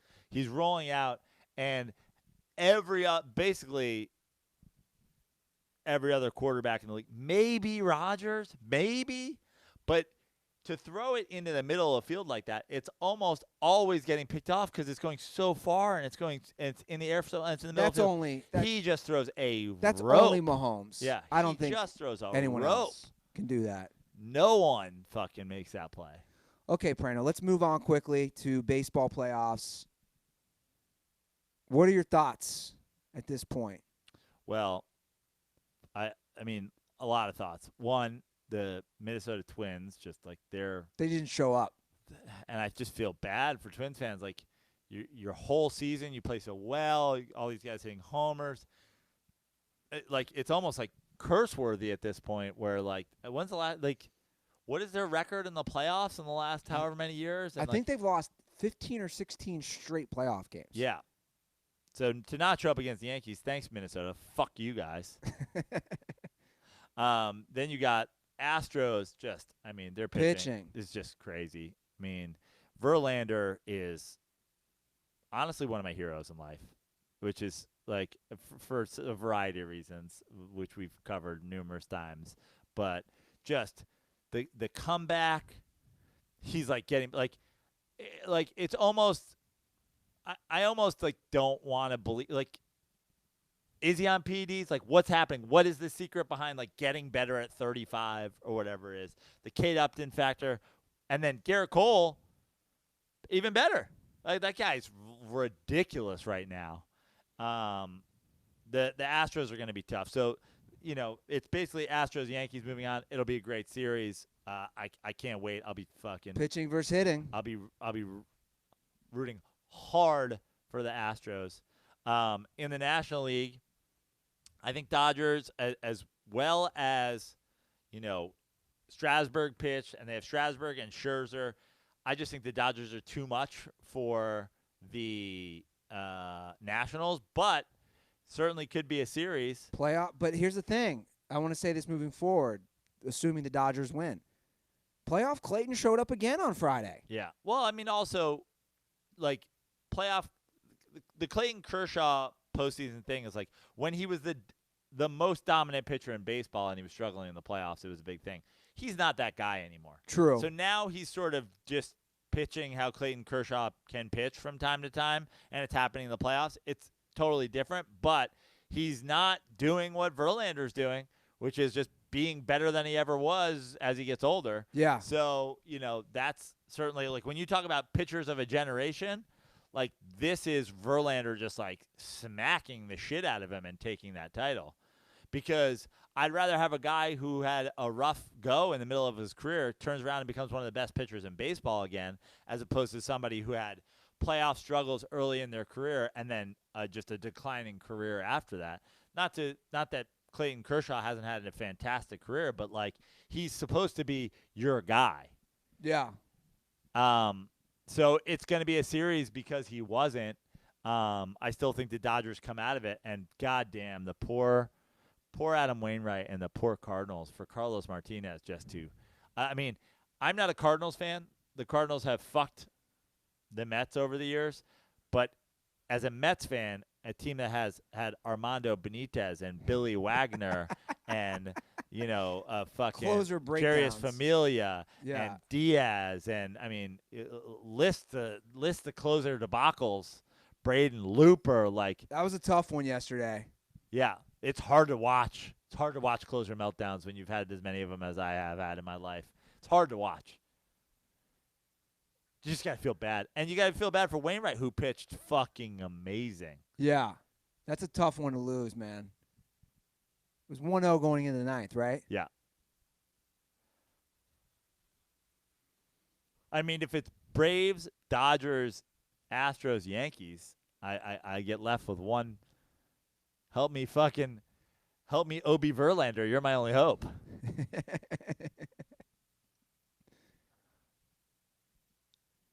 The Astros are looking good, man. Yeah, well, I hope so. It's cool watching those games since we were there, too. Yeah. It's a fun ballpark. Oh, it's awesome. It's awesome. We're going to do a slides this week, I think, before I leave town on Sunday again. I think we'll get one more playoff slides in before a week off. So, subscribe to Dirty Slides. We'll slide deeper into these games. Well, speaking of sliding deeper, we need to slide deep into the NBA and their hypocrisy with this situation going on in China and Hong Kong. Yeah. Now, we're going to get a little political here for a minute because this is a political issue. Sure, but it's also one of the most interesting NBA stories, I don't know, I've ever seen. I hate to immediately go to Linsanity because it's also an Asian event, but like as far as like a wild story, and I got to say, I'm going to come out and say this right out of the gate. We've got hypocrisy here from the NBA because they've kind of positioned themselves as like the woke millennial league. and we'll get into the details. We've got hypocrisy from the players and the defenders of the NBA who are saying this is okay, essentially. And also, we've got hypocrisy on the other side. I've already seen the tweets from the Clay Travises who have taken a break from their fucking racism to go the NBA, shame on you. It's oh, whoa. What happened when the NFL's a business and you can't, you got to be careful not to offend people who might take money out of the league. They don't want the distraction. Suddenly those guys. Who isn't going to be hypocritical in this situation? Welcome to the best podcast when it comes to fucking freedom and sports in the world, the Dirty Sports Podcast. We call out everybody. We destroyed the NFL for basically siding with an authoritarian group known for human atrocities, the police, over free speech. And now we're going to... Those are your words. Yeah, but exactly. Look. There are multiple human rights violations made by the police, which Colin Kaepernick had a problem with and spoke out about it and was blackballed from the league, and everybody was fine with it because it's a business. And now Daryl Morey is speaking out about human rights violations in China, and people are like, well, guess what? Here's the thing. The NBA is not going to be as bad as the NFL because... he hasn't gotten fired, and he's not getting blackballed from a job. He might be, though. But just the fact that rumor is circulating is exactly the point. And he was forced to take down the tweet, and he was forced to apologize for it. I have read a lot on this. For anybody who's been living under a box, there have been massive protests that have been happening in Hong Kong, going on for months. Hong Kong was under British rule forever. Yeah, and so then quick thing. Reverted back to so the basically, Chinese. Hong Kong was under British rule as a colonial. Would you say under the colonial empire, or whatever, however you want to word it, until 1997. But it was literally a lease. It was until what, 97? Yeah. So then, England turned over Hong Kong to China, but they still maintained a lot of the basic democratic rights that they had under England. It basically exists as a separate entity. Yeah. So they're part of China, but they're not really part of China. They're China adjacent. Exactly. They really are. And it's kind of confusing. And this new agreement goes until 2047. So there's still, little under, 30 years on this? Yeah. As far as how this agreement goes. So there's been protests because basically China wanted to make a law that you could extradite people from Hong Kong to mainland China. Well, there's a lot, yeah. There's a lot. But there's a lot. And obviously, it's so much of the shit that's happening in China. That's just the tip of the iceberg of what's happening in China. China's a fucking nightmare. So that's the main thing that... As Alex Bresler's Twitter will say. Follow Alex Bresler, @abresler on Twitter. If you want to know what's going on in China, guys, we don't have enough time. I've got somewhere to be. Just follow Bresler. He'll tell you. Yeah. So basically, there's a lot of stuff going on. That was one of the start of it. And then China was trying to institute a law where you couldn't wear masks in Hong Kong to protest because they wanted facial recognition. This is major human rights. So now there's also, did you see the facial hologram thing? Anyway, keep going. There's so much that's going on here. But to bring it back into the sports world and what we do here on Dirty Sports and the hypocrisy, Daryl Morey, the general manager, arguably, what most people would agree, the best general manager of NBA. A lot of people say that. Okay. Whatever. We can disagree on that. I like Daryl Morey, but yeah. He tweeted a picture on Friday which said, "Fight for freedom, stand with Hong Kong." Now, obviously, there's a problem from the Chinese communist regime with Hong Kong. He takes down his tweet.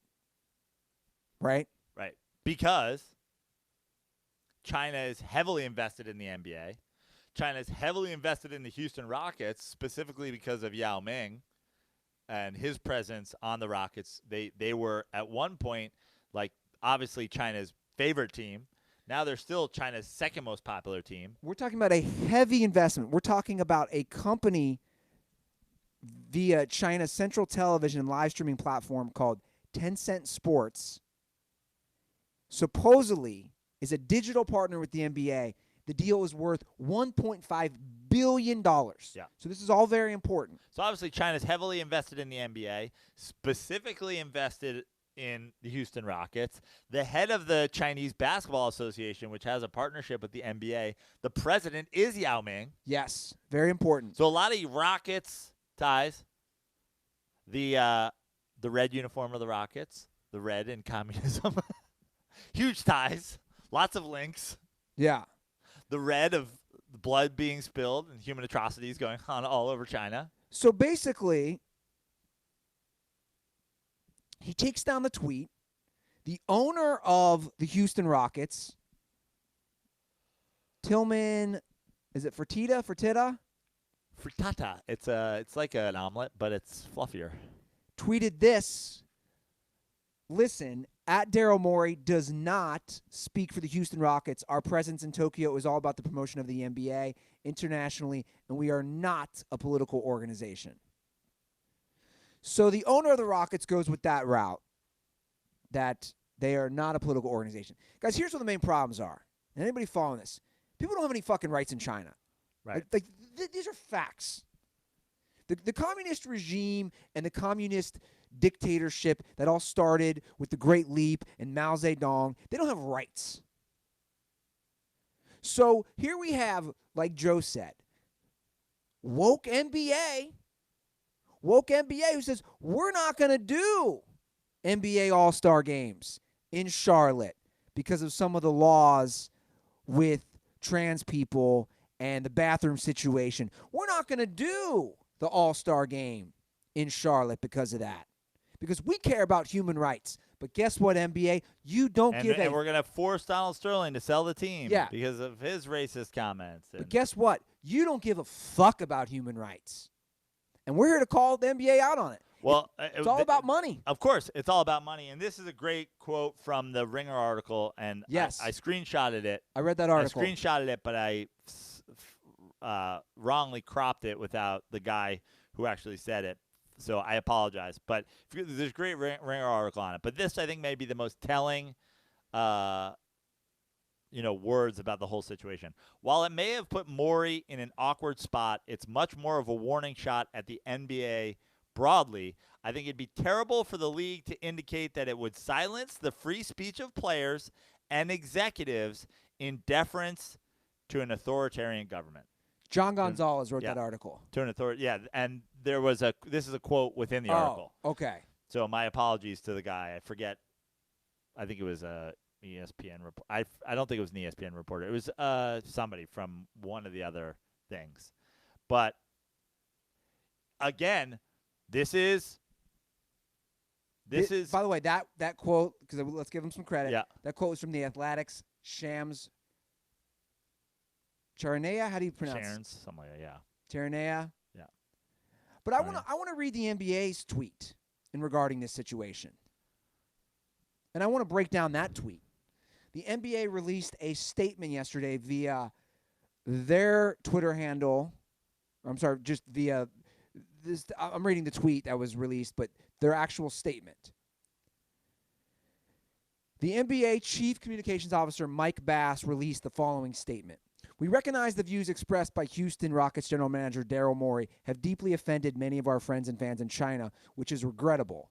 While Daryl has made it clear that this tweet does not represent the Rockets or the NBA, the values of the league support individuals educating themselves and sharing their views on matters important to them. We have great respect for the history and culture of China and hope that sports in the NBA can be used as a unifying bridge, force to bridge cultural divides and bring people together. I want to break that down real quick. And also there's been a statement by the Chinese that was translated into English, and they're saying that the Chinese version is actually a lot more of an attack on Morey if in its proper translation than in the English translation. There's a lot to unpack here. Well, here I just want to break down that tweet real quick. The NBA could learn a little history. I know I've learned a lot. If you actually want to listen, this is ironic for me. I have 2 Chinese podcasts going out this week, basically, about the whole communist revolution. Because I go deep on the Dent Report about having a restaurant, which I've discussed about you with, being named Mao's after a dictator. Here's some of the history of the Chinese Revolution under the Great Leap Forward under Mao Zedong. 45 million people died. It's a lot. It is the biggest human death toll in the history of the world. This is a fact. 45 million people died under communist takeover in the late 50s, early 60s. It destroys the Holocaust, all the shit that happened under Stalin, Pol Pot, any of the awful dictators. So I just find this tweet pretty funny if you think about it. We have great respect for the history and culture of China. You mean one that was in a bloody revolution that caused 45 million people to die in torture camps and in famine? So the NBA, I don't know if they just don't know the history of communist China, but it's bad. But also now you go to today, which is the NBA is finding themselves in a predicament that a lot of people and a lot of companies and a lot of organizations find themselves in these days. This is happening in Hollywood for sure, which is you have to cater to China because so much money is coming from China that if you piss off China, they're going to fucking bankrupt you, essentially. Yeah. Like there was, the Top Gun scandal that I was tweeting about, like that Maverick's jacket has been changed to not include this flag because they don't want to piss off the Chinese, and the biggest producer of the movie is a Chinese fucking shadow company. And all over Hollywood, I texted to you and Tug last night, like Daryl Morey is the NBA's Richard Gere because Richard Gere essentially hasn't worked in Hollywood because he's pro-Tibet. He just disappeared off the face of the Hollywood planet because he's pro-Tibet, and basically China's behind every single piece of entertainment. Yeah, Prano makes a great point. So if you look at the box office numbers, especially when you see, let's say, for example, these superhero movies, and they say, oh, worldwide it grossed this many billions or this many hundred millions. Most of that's coming from China. Yeah, but also they're producing a lot of these movies. Exactly. And that's essentially what the NBA is afraid of. The NBA is afraid of money that's coming into the league and into this specific team that is the second popular team in China. Tons of money in fandom.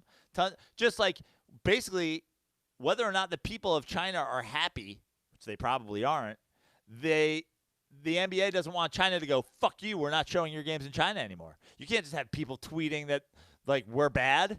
We're just going to stop showing NBA games. We're going to start showing NFL games, and because there are so many goddamn people there that the NBA is we can't piss them off. So, yeah, this is a hypocrisy bonanza.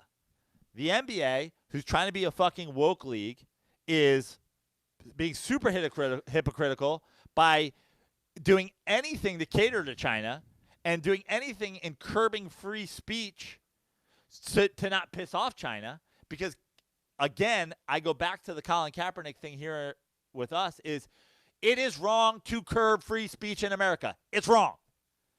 Whether it's legal in your office, whether it's legal in your organization, whether it's right, whether it's wrong, whether it's protected, whether it's not protected, it doesn't matter. I'm not talking about whether it's legal. I'm talking about whether it's right or wrong. It's wrong to curb free speech in America. It's super wrong to curb free speech in America when somebody is criticizing somebody for human rights violations. Exactly the same way as it's wrong to punish Colin Kaepernick for criticizing police who are committing human rights violations. Facts.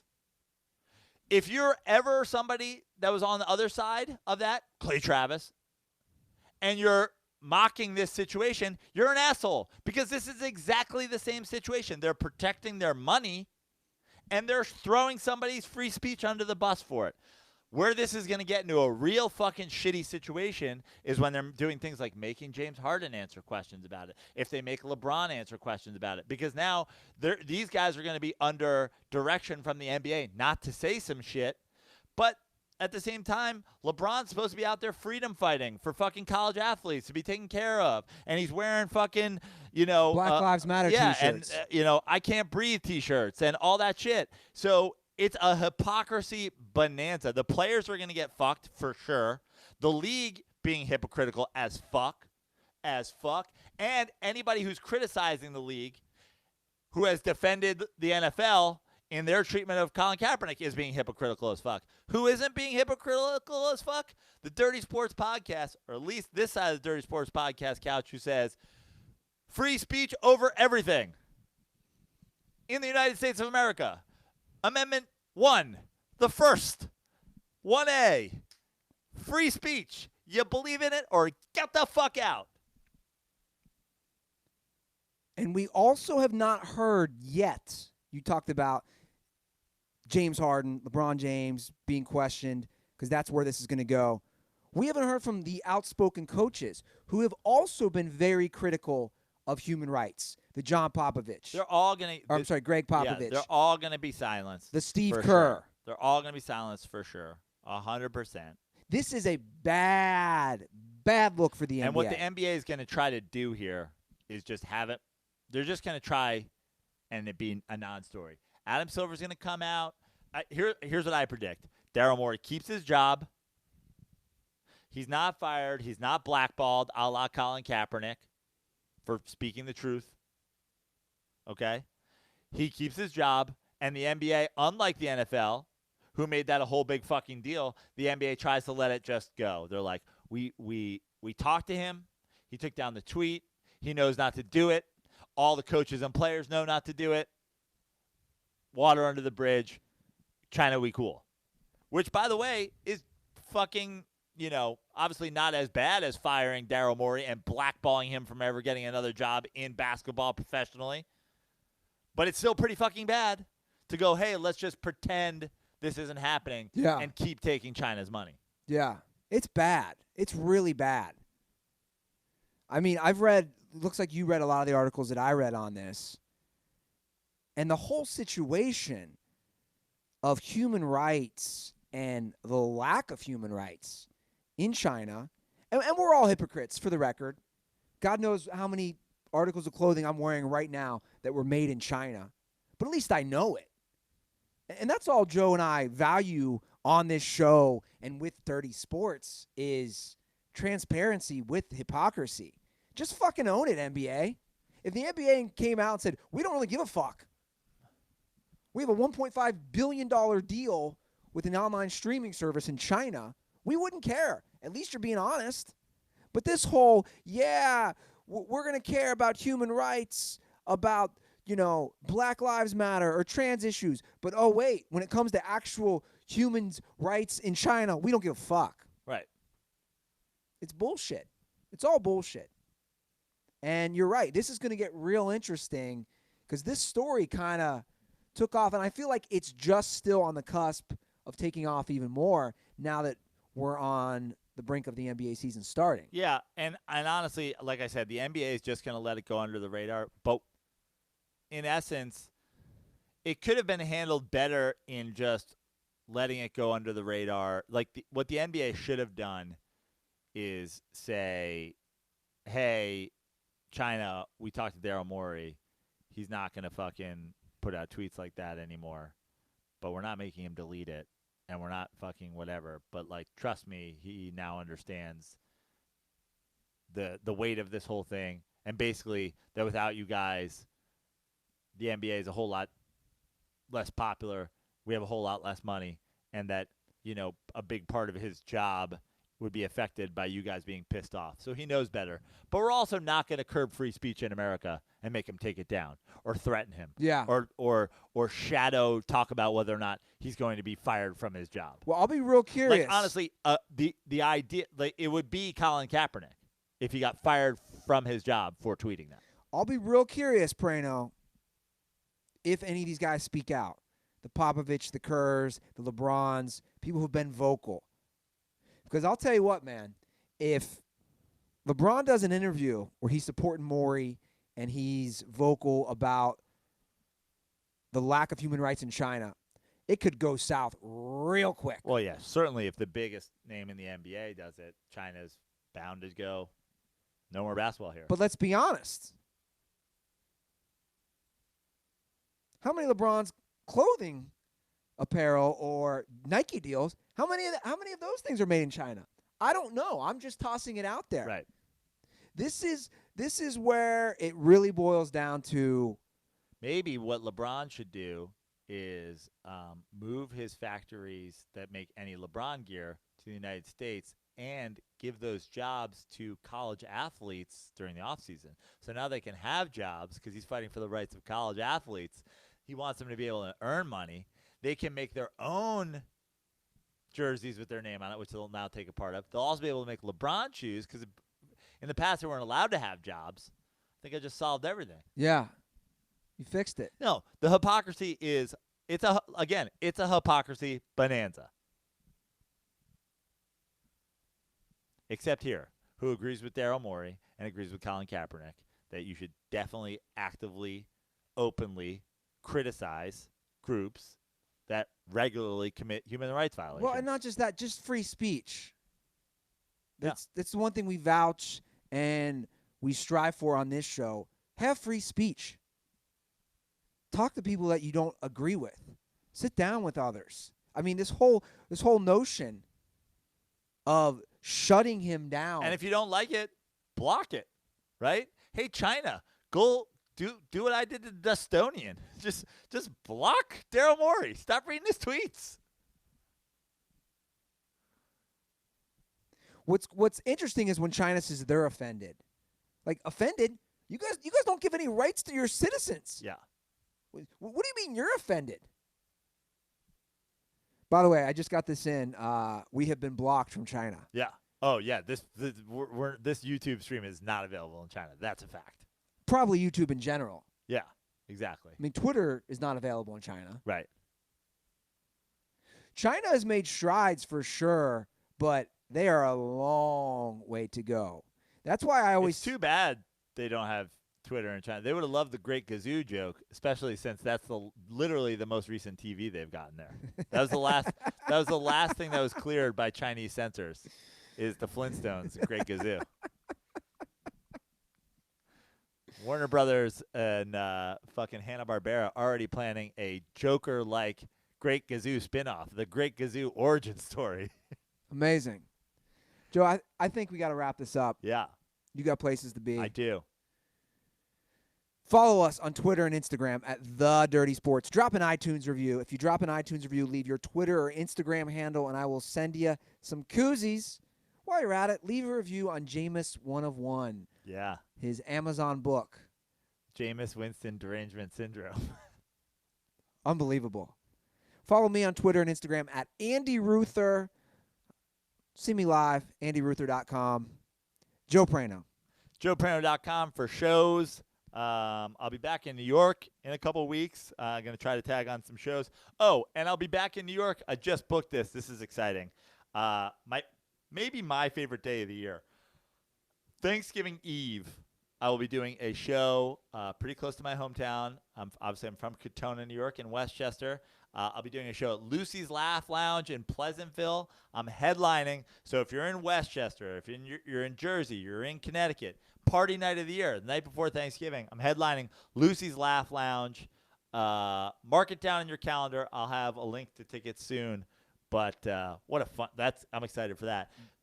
At Joe Prano on Instagram. Instagram's all that matters. If you want me headlining a show in your area, follow me on Instagram.